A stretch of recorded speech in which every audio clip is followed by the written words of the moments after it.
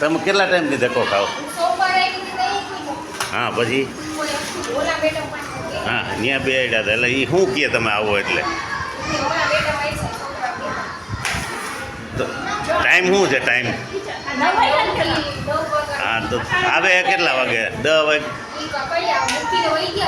તો છોકરા હમણાં બેઠા રખડે ને